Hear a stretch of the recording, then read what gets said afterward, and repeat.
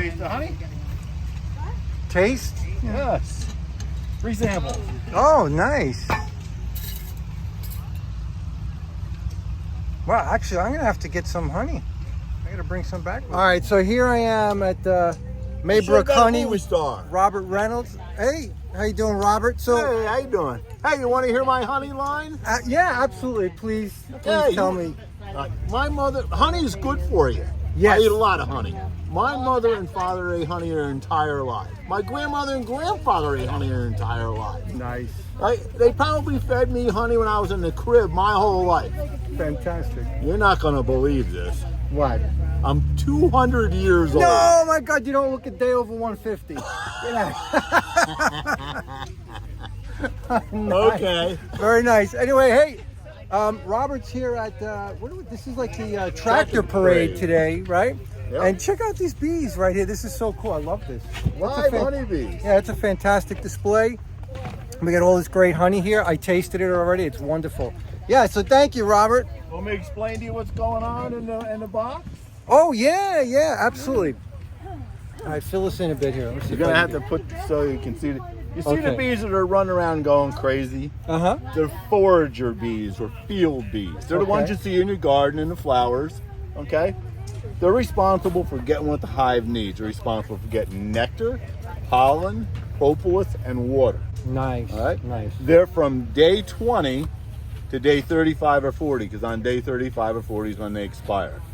They're done. All right? Wow. Now you see the bees that are on the comb? Uh-huh. Okay, they're nurse bees or hive bees. Okay. And they're responsible for what needs to be done inside the hive. They're responsible for feeding the queen, feeding the young, taking the nectar, the pollen, the propolis, and the water from the field bees and packing it away.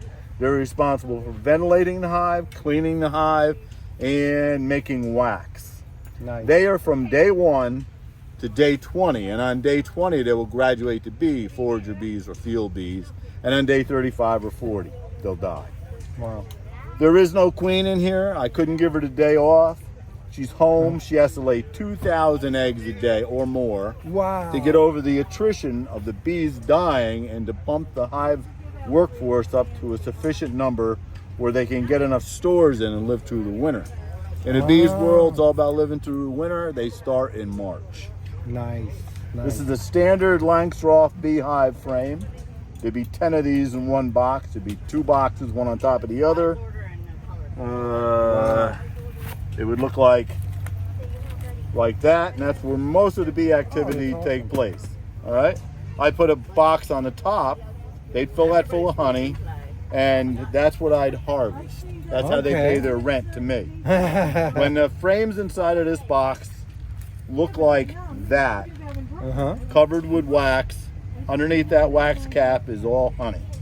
I would take it home and I'd cut that wax cap off, and I'd put it in an extractor, which is a centrifuge, and would pull all the honey out, and it would not wreck the comb. Nice. And I'd put the comb back in the box, and it's less work for them, so they don't have to make the wax, and they can fill it back on. Okay, and then you start collecting that rent again over the next. How often do they pay the rent? About once a month? There are a lot of variables there. Okay. You need a queen that can make a good workforce. Okay. You got to have flowers, a honey flow. Right now it's pretty good. There's lots of things blooming. There's loosestrife blooming. Nice. Those purple flowers you see on the side of the road. And then there's goldenrod, which is the yellow flowers that you see. Okay. All right. And if you look at the frame real close, this right here is baby bees. Underneath all of these caps right here are baby bees, and they're going to hatch out and be part of the hive. Nice. The shiny stuff you see is nectar, and the cap honey is in the corners and at the top. Nice. Awesome. Well, thank you so much for that information. And so if people want to learn more, they can contact you. Is it all right? Sure they can. And They of course, can come here and explain it again. Okay, fantastic. And of course, you got lots of delicious honey to sell.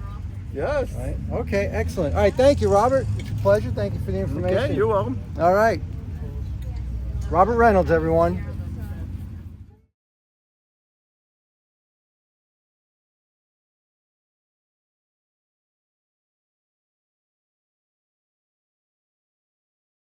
So this is a bee odyssey? Is that what you said? So, where did that come from? Like, why does that look like When that? I That's was so cool. harvesting a super, one of those boxes, there's a queen excluder between it and the hive body boxes. And what they do sometimes, if you don't harvest it quick enough, they'll put wax and honey comb between the frame and the queen excluder. Okay, because they're running out of room. Okay. So when I go to take the frame out, it's a mess. Wow. It breaks and there's honey leaking everywhere. And so this is the mess. Well, what I did was I wanted them to clean up the honey. All right, and I didn't care what they did with the wax. So I scraped it all off carefully and I put it on this piece of cardboard and I left 4 frames of the box out. And I put this down inside the box. Okay. And they cleaned up all the honey. Hopefully they put it in the empty frames that I gave them. Okay. And they left the wax. That is and so this is what they cool. made out of it. That is so cool.